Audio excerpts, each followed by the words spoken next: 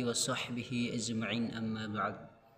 Pertama-tama puji syukur kita panjatkan kehadirat Allah Subhanahu wa taala, di mana pada kesempatan ini Allah masih senantiasa melimpahkan begitu banyak karunia serta nikmat-nikmat kepada kita, sehingga pada kesempatan ini kita masih dapat memanfaatkan nikmat tersebut.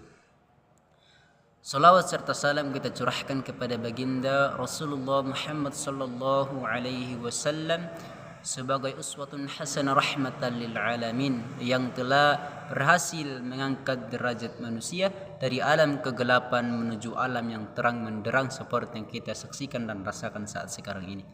Baik, yang saya hormati Bapak Ustadz, Bapak dosen, Bapak Muhammad Iqbal selaku dosen pembimbing mata kuliah dari ilmu Quran, dan juga para pendengar yang insyaallah dirahmati dan dimuliakan oleh Allah Subhanahu wa taala.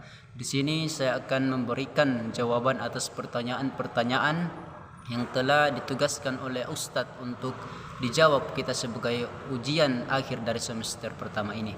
Baik, untuk soal yang pertama, apa yang dimaksud dengan muhkam dan mutasyabih? Ayat-ayat muhkam dan ayat-ayat mutasyabih adalah ayat-ayat yang di dalam Al-Quran, di mana ayat-ayat muhkam itu adalah ayat-ayat yang artinya sudah jelas, maknanya mengarah ke sini. Sedangkan ayat mutasyabih adalah ayat-ayat Al-Quran di mana dia makna dari ayat tersebut itu masih samar-samar. Maka butuh keilmuan khusus untuk mengkaji lebih dalam mengenai apa yang dimaksud dari ayat ini. Itu adalah mutasyabih, masih samar-samar apa yang dimaksud dengan ayat tersebut. Baik, untuk contohnya kita ambil ayat-ayat yang masih jelas itu. Contohnya di Quran surah Al-Baqarah ayat 2, dzalikal kitabu la raiba fihi hudal lil muttaqin. Kitab Al-Quran yang diturunkan kepadamu sebagai petunjuk dan menjadikan kamu orang-orang yang bertakwa. Itu sudah jelas bahwa Al-Quran itu adalah menjadikan kita orang-orang bertakwa, dan Al-Quran itu adalah petunjuk bagi kita. Itu sudah jelas. Baik, untuk pertanyaan kedua, apa sih pengertian dari nasik dan mansuk? Jadi nasik atau ayat-ayat nasik dan mansuk, nasik itu adalah yang menggantikan, sedangkan yang digantikan itu menjadi namanya mansuk. Itu. Jadi begini penjelasannya. Nasik adalah ayat Al-Quran yang turun dan menggantikan sumber hukum yang sebelumnya sudah ada, atau mansuk, ayat mansuk.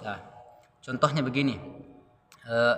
Di Quran surah Al-Maidah itu terdapat sebuah pelarangan untuk menggunakan atau meminum khamar. Itu adalah kan merugikan. Setelah itu turun ayat surah Al-Baqarah ayat 219. Dia kembali menjelaskan bahwa untuk pengharaman minuman keras, innamal khamr wal maisir itu. Jadi dia dilarang tegas untuk mengonsumsi semacam khamar, minuman keras yang dapat membuat kita lupa ingatan itu. Jadi nasik adalah menggantikan, sedangkan yang digantikan itu disebut dengan mansuk. Untuk pertanyaan yang ketiga, yaitu mengapa Allah bersumpah di dalam Al-Quran? Allah seringkali bersumpah di dalam Al-Quran. Contohnya wal aus wal duha, wal aus demi waktu. Kenapa kita dapat Allah bersumpah dalam Al-Quran? Karena menurut pemahaman saya, saking pentingnya waktu itu sampai-sampai Allah bersumpah di dalam Al-Quran itu, dan meyakinkan orang-orang bahwasanya tidak ada keraguan dalam kandungan dari Al-Quran. Al-Quran itu sempurna, sampai-sampai Allah Subhanahu wa taala sendiri bersumpah demi waktu, sebaik-baik waktu. Makanya kita harus pergunakan waktu dengan sebaik-baiknya, karena waktu tidak akan bisa dapat kita ulang kembali. Makanya itulah kenapa Allah sering bersumpah bahwasanya dia meyakinkan orang-orang untuk tidak ragu-ragu, tidak berragu-ragu akan kandungan dari ayat suci Al-Quran ini. Untuk pertanyaan yang keempat, amtal Quran. Itu adalah perumpamaan dalam Al-Quran. Allah sering berumpama di dalam Al-Quran. Contohnya Innallaha la yastahi ay yadriba mathalan ma ba'udatan fama fawqaha. Allah membuat sebuah perumpamaan baik itu dari nyamuk bahkan lebih kecil dari itu ya. Dimaksud ayat ini Allah seringkali berfirman di dalam Al-Qur'an itu menjelaskan kepada kita melalui yang namanya perumpamaan. Nah, melalui perumpamaan ini maka kita akan lebih mudah untuk memahami daripada apa yang dimaksud dari ayat itu. Makanya Allah sering berumpama. Contohnya saja kita ambil hadis tentang sedekah. Barang siapa yang bersedekah, contohnya dia mengambil satu butir sedekahnya, dia menanam satu butir tumbuh 7 tangkai, makanya itu, maka setiap tangkai itu kembali berbuah lagi. Makanya itu Allah sering membuat perumpamaan. Tuh, contohnya lagi perumpamaan kalau kita melaksanakan solat, kalau kita melaksanakan solat sama halnya kita melaksanakan solat. Barang siapa yang duduk di masjid sesudah subuh bahkan sampai dia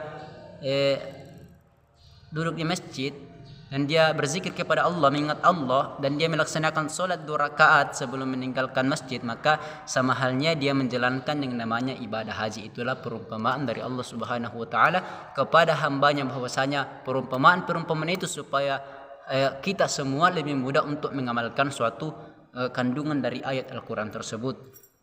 Untuk pertanyaan yang kelima, apa hikmah di balik kisah-kisah umat terdahulu? Kalau Allah Subhanahu wa taala sering berfirman untuk menurunkan ayat itu tentang kisah-kisah dari umat terdahulu. Kenapa? Karena itu kita jadikan pelajaran, bahwasanya kita ambil apa yang dimaksud dari ayat itu. Contohnya kalau kita melihat kisah dari Nabi Musa dan Fir'aun, justru melalui kisah itu dapat kita simpulkan bahwa sifat kesombongan dan keserakahan itu